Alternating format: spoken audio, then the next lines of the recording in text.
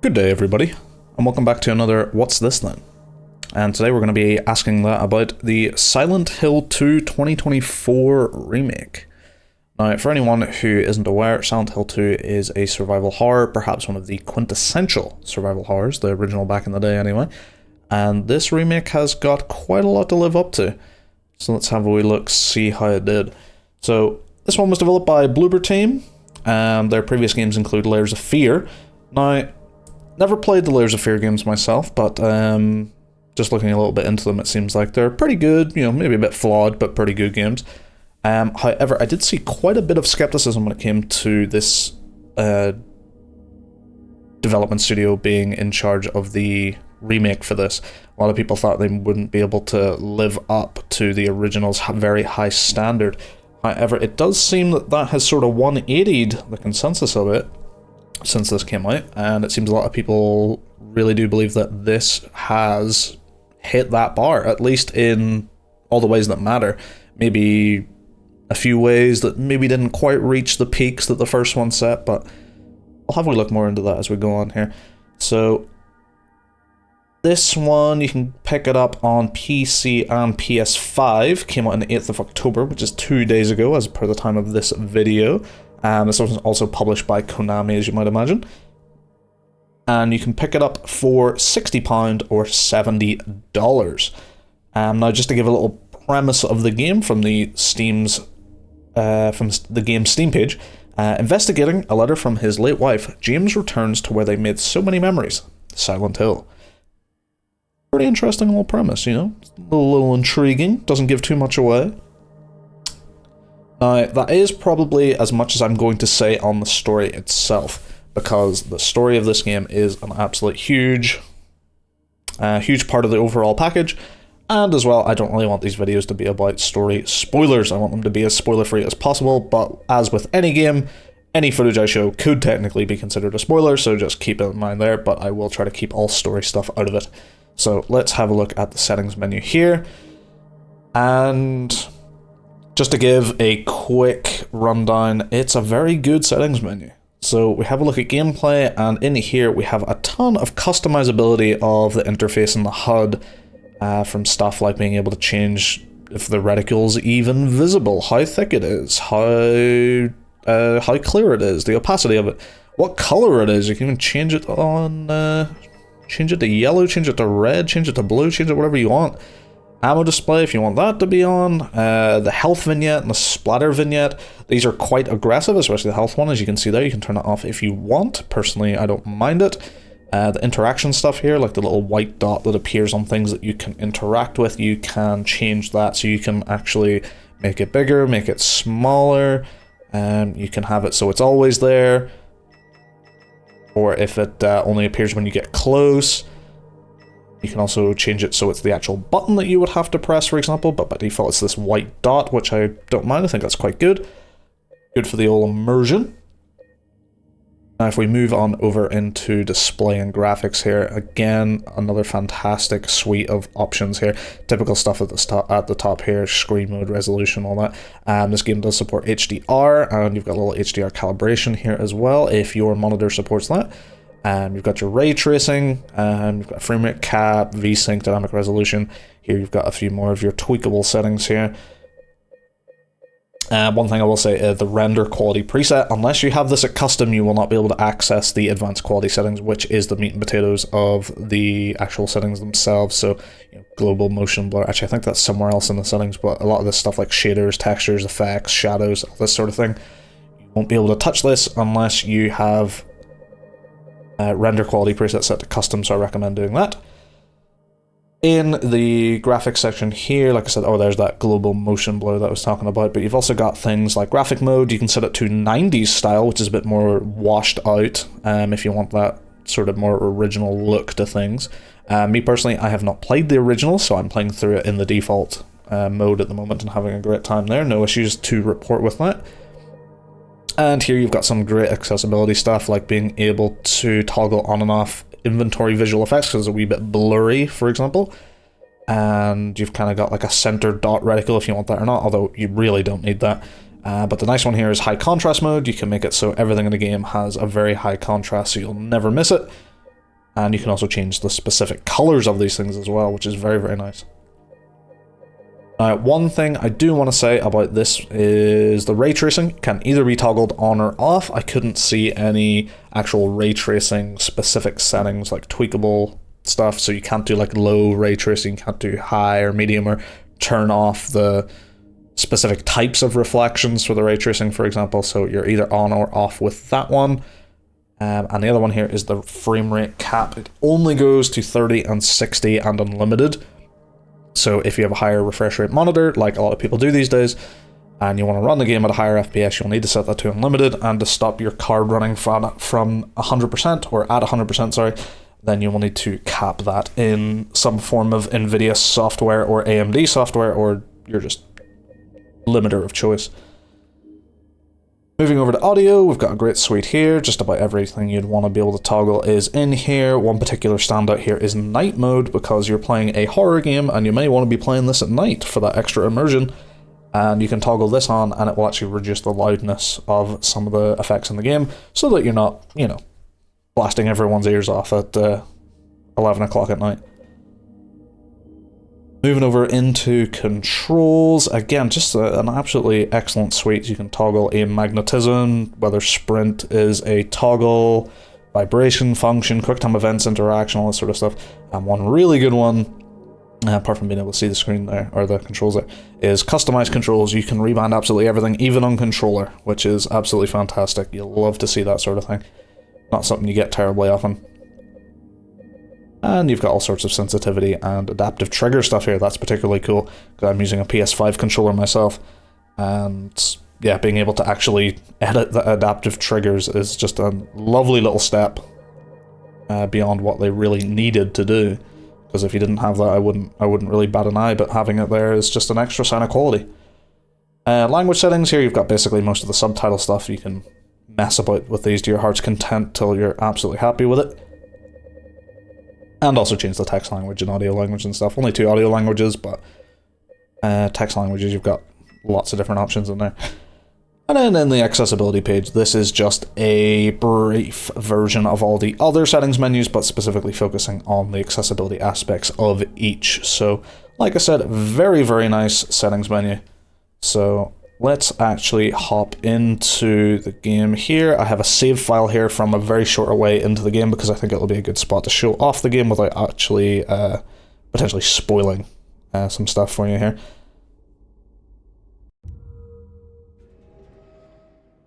So we jump into it, and here's our protagonist, James. It's a very pretty looking game, isn't it? Really reminds me of Alan Wake 2. In just its raw visual fidelity. Very, very good looking. Little quick turn there that we can use. And yeah, so one thing I do want to point out, well, actually look at that visual effect through the glass like that, that's great. One thing I do want to point out is this game has a pretty significant performance issue at the minute, and that is micro stuttering. It seems like no matter what card you're on, no matter what setup you're on, whether you're on high settings, low settings, this game seems to stutter a lot on PC. I'll probably see it as I'm playing through here. So personally for me, I've been able to play through them, but they are noticeable. So if micro stuttering and stuff that really takes you out of the immersion, or if you're very easily taken out of the immersion, then that micro stuttering could be a real deal breaker, because it is quite aggressive. I would expect a performance patch to be out sooner rather than later, because it does seem to be a widespread issue. Certainly not a small population of people that are getting affected by this one, so keep that in mind as I talk about the rest of the game. But yeah, visually, this game has atmosphere in spades. Absolutely one of the key highlights of the original back in the day, and I would say this one lives up to that very well. I mean, just look at that absolute creature in the fog there, just brilliant stuff. But apart from the actual visuals, yeah, the atmosphere is also just as beautiful. The audio design goes a long way in helping this as well. There's a particular part at the beginning of the game when you're just walking down a little sort of path to actually get to the town itself, and I tell you, the sound design, even just on the leaves and the forested areas as you're walking through them, just excellent use of audio. If you have a really good pair of headphones, or even not just a really good pair, but if you just have a pair of headphones, I would very much recommend playing it on that instead of speakers, just for that full audio experience. As I'd probably imagine is the same with any horror game. Audio does a big amount of heavy lifting to make it that much more tense. But this gives me a good chance to show off the combat. As you can see, I have my board with nails. So we're just going to walk up and give you a smack or two. Usually retaliate, give him a little dodge.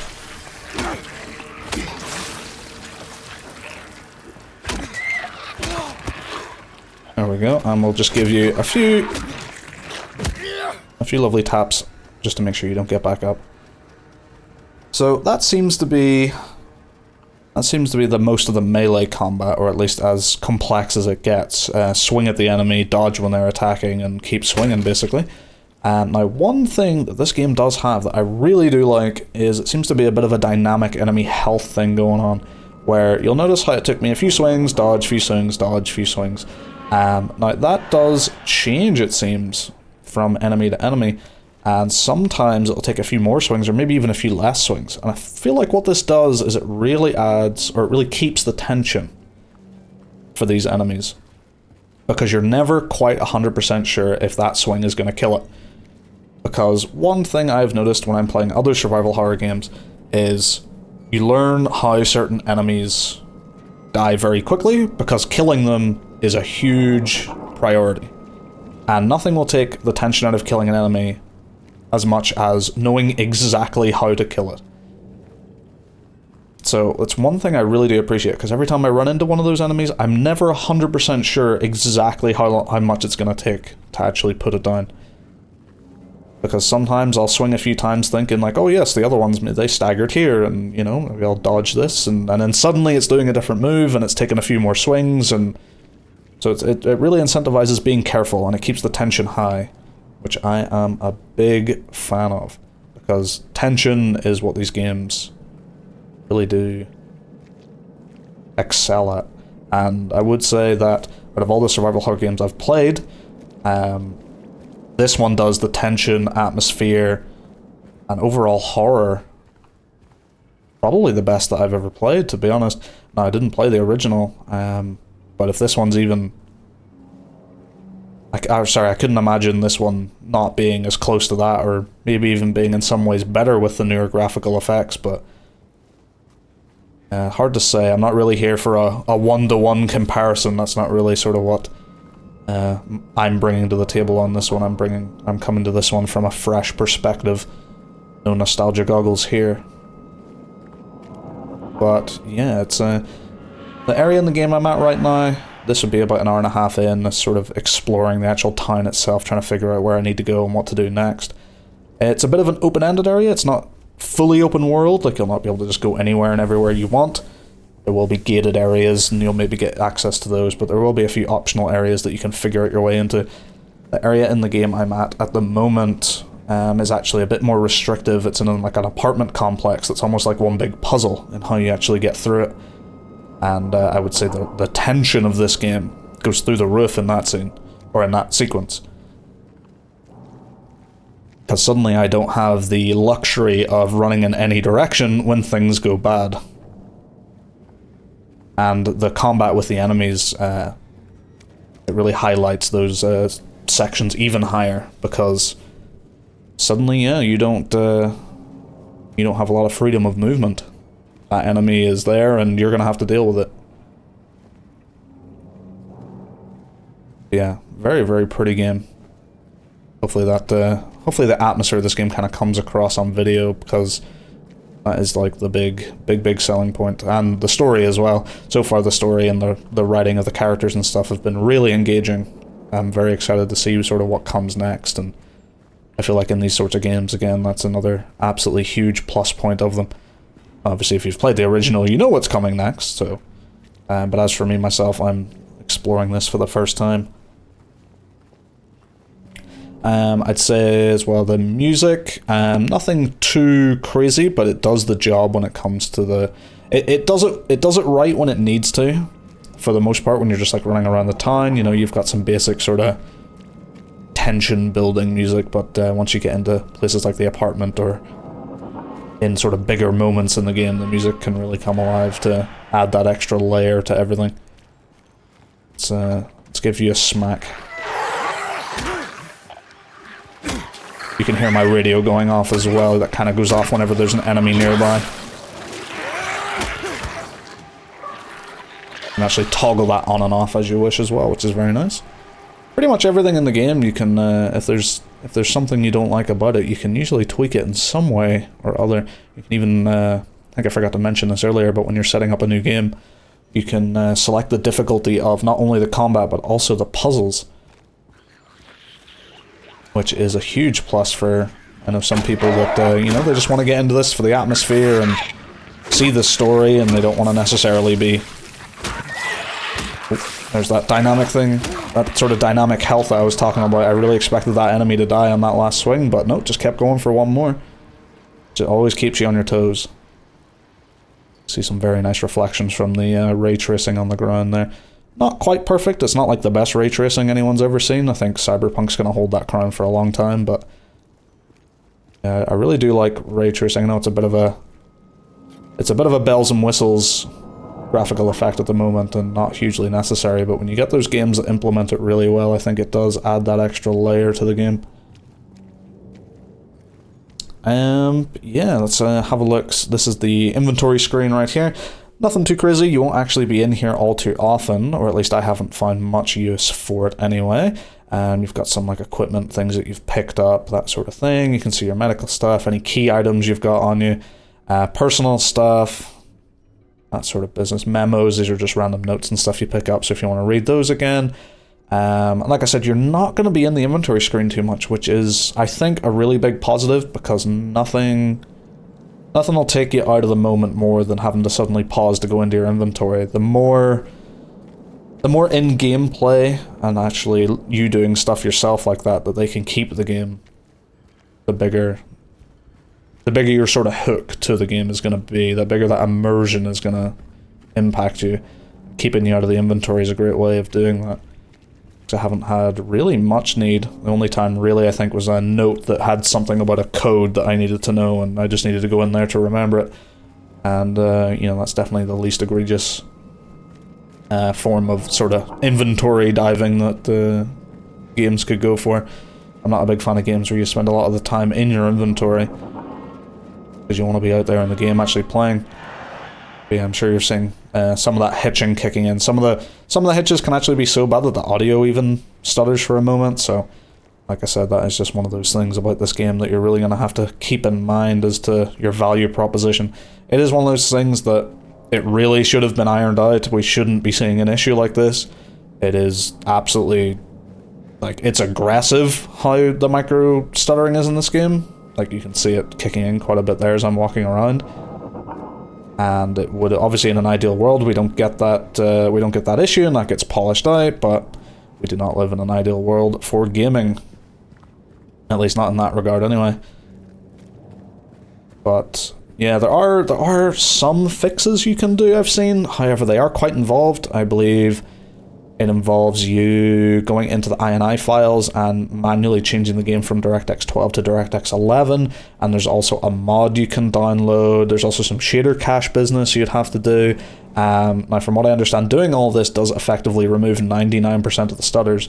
However, forcing the game into DirectX 11 will mean that you lose out on those more advanced features like ray tracing and DLSS and upscaling and stuff like that. So just depend on whether you're willing to make that trade-off for that kind of thing. But just know that if you were to get the game, there are ways to get rid of the micro stuttering, but you should not have to do that. It is pretty unacceptable that these stutters are even here. So I would say that if you are, like I said, one that are a bit more sensitive to that sort of thing, if those sort of things take you out of the game a lot, and especially for a game so immersive as this, then I would say it might probably be worth waiting for that performance patch. But overall, I think that's really all I wanted to say on the game for now. Like I said, I don't want to dive too much into the story, and it's hard to show you much more of the game without also revealing story stuff. Oh, there's a particularly bad stutter right there.